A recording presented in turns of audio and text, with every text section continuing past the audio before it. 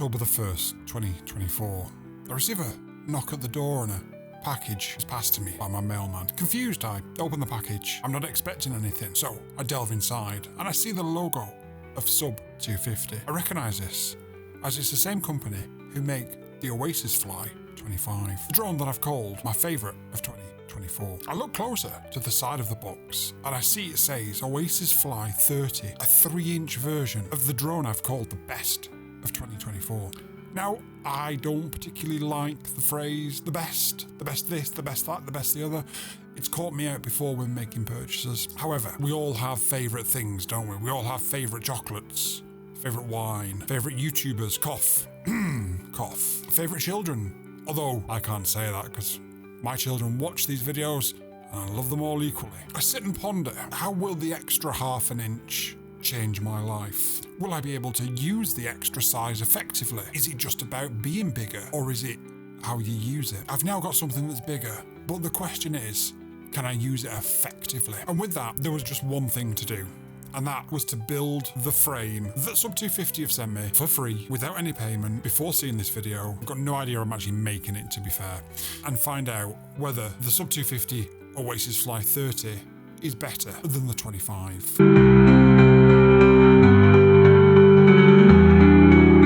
So we'll look at the weight first of all. Now ultimately we'll look at it with the dry weight and we'll look at it with the all up weight.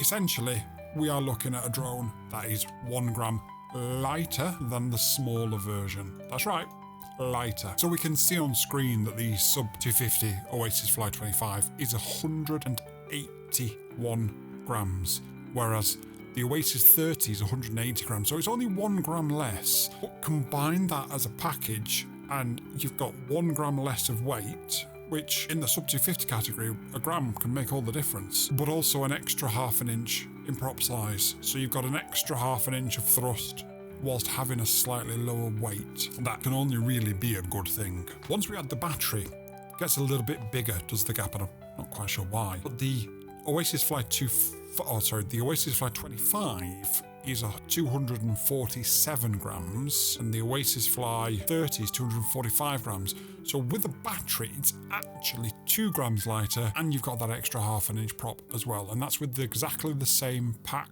in the same charged state. Really interesting that. The question is, do you think that extra half an inch and that 2 gram lighter weight in the air is going to make a massive difference? Let me know in the comments below before we continue this video.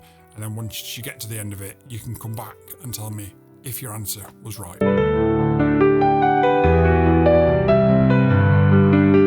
So a few technical specifications of the frame we did touch on the unboxing, but it's 150mm wheelbase, 2mm thick top plate, 2.5mm thick bottom plate. The arm thickness is 2.5mm. Now let me just check the Oasisfly25 and see if that arm thickness is indeed the same, because I'm just trying to work out where they've saved the weight. So the arm thickness is actually 2.5mm on the 25 as well. So I'm really not sure where they've actually saved that weight from, but fair play to them. I don't know how they've done it, because if I look at the actual frames, and we'll put some footage on screen, but if we look at the frames together, they are actually identical. You've got the same camera metal plate, you've got the same adapter plate for the flight controller, you've got the same number of screws. I'm just looking around it now, so I'm not quite sure why this is lighter. However, there is a caveat to why it might be lighter, and we'll come to that in the last section of this video. But certainly looking at it, it doesn't look like it should be any lighter, but we may have just uncovered the reason why. Comparisons to the Oasisfly25 is that you get everything you get with the Oasisfly25 with the Oasisfly30, but you also get more. You get the 3D printed side panels with it as well. And it does actually say on the website specifically that the 25 does not include the side panels and the 30 does. So that wasn't just a case of because they'd sent me something. It specifically says now an improvement that they've made over the 25 is to include those side panels. It actually does say arm printing and accessories are different, so maybe that's where they've saved the weight, actually, thinking about it. But these side panels are quite cool. I crashed the 30 quite a few times because what I wanted to do is fly it as hard as possible, as quick as possible to get this review out for you guys.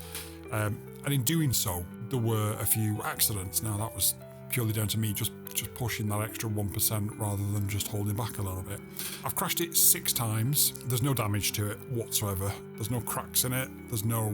To be fair, now I've cleaned it off, it doesn't even look like it's been crashed. There's a bit of dirt on the side panel, that's it. But those side panels do protect that all-in-one flight controller really, really well. My only concern about them would potentially be if you run slightly longer wires like I tend to, is those wires might get nicked up, but I mean, that's 1 in a million chance, I'd say, to be fair.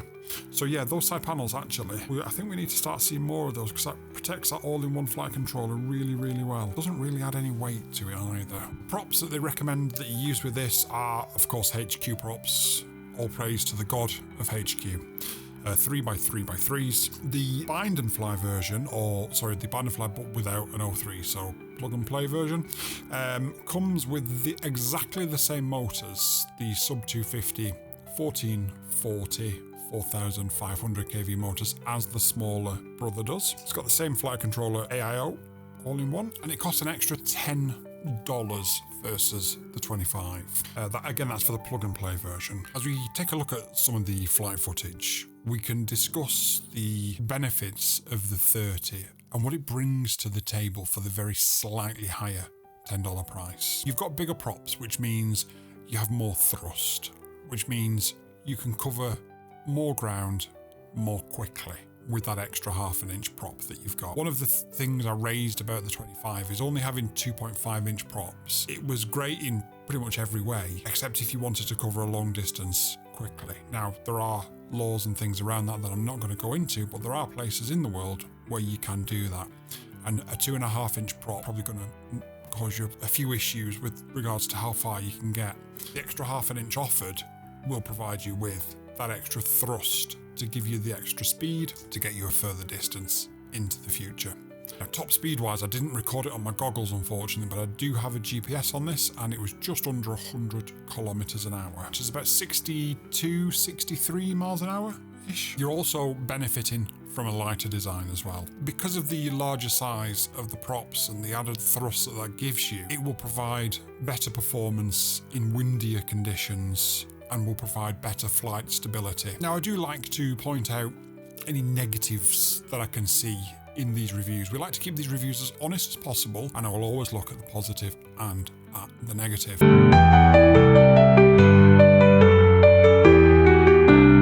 I think the only real negative I can see after flying it for the time that I've been flying it is that it costs an extra $10. The question is it worth that extra $10? And the simple answer is yeah.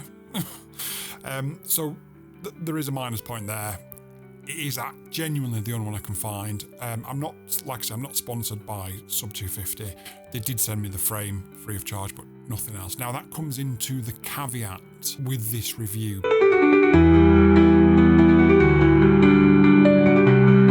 Before we get on to should you buy it, and that caveat is they only sent me the frame, and what I wanted to do was I wanted to test it back to back against the 25. So what I couldn't do is remove all the parts from the 25 and put them on the 30. Now, somebody has asked, will the motor wires reach? Yes, I think they will, looking at them. It's such a smaller extra distance that I think without extending those wires, you probably should be okay. But I can't be 100% sure. And the reason I can't be 100% sure is because I didn't do it myself. What I did is I looked in my drawers and I found some 1440 motors that I had by RC In Power, and I installed them onto the frame.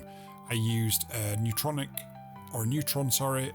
AIO AT32 all-in-one board, 45 amp.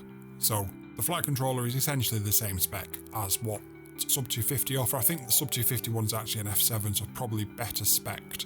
But from a weight and performance wise of how much power it can handle, it's about the same. Where there is a slight difference, however, is the motors. So my motors are 3,950 kV. The Sub250 motors are 4,500 kV.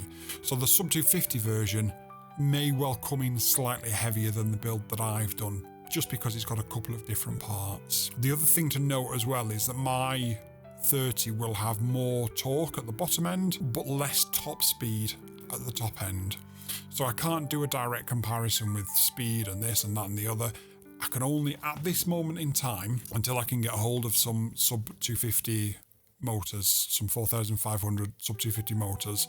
At this moment in time, I can't do a full direct comparison. I can just give you sort of a general overview, but I do think this general overview is worth it because even with the lower KV, the slightly less top end speed, the 30, in my opinion, is still a better quad than the 25. That's not to say the 25 is bad, far from it.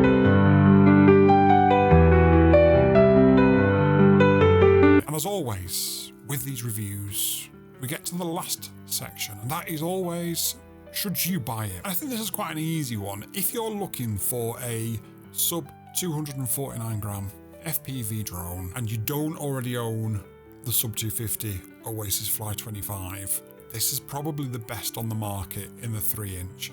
I've flown the Flyfish 3.5 inch, I've flown the Stinger Bee. The Stinger Bee was probably the thing by Newbie Drone that got me into the smaller size quads. This is better than that, more hefty. You've got a metal camera sort of protector, you've got the side panels, everything's obviously color coordinated, which is great for somebody like me who's a bit of a tart. And all in all, I would say that this is better than the Stinger Bee. The Volador 3.5, you can just make into a Sub250 drone, but realistically, I'm going to take that out of a comparison here, purely because if you want to run the Volador 3.5 at its maximum abilities, you're going to be over 250 grams. And that leads me to the other point.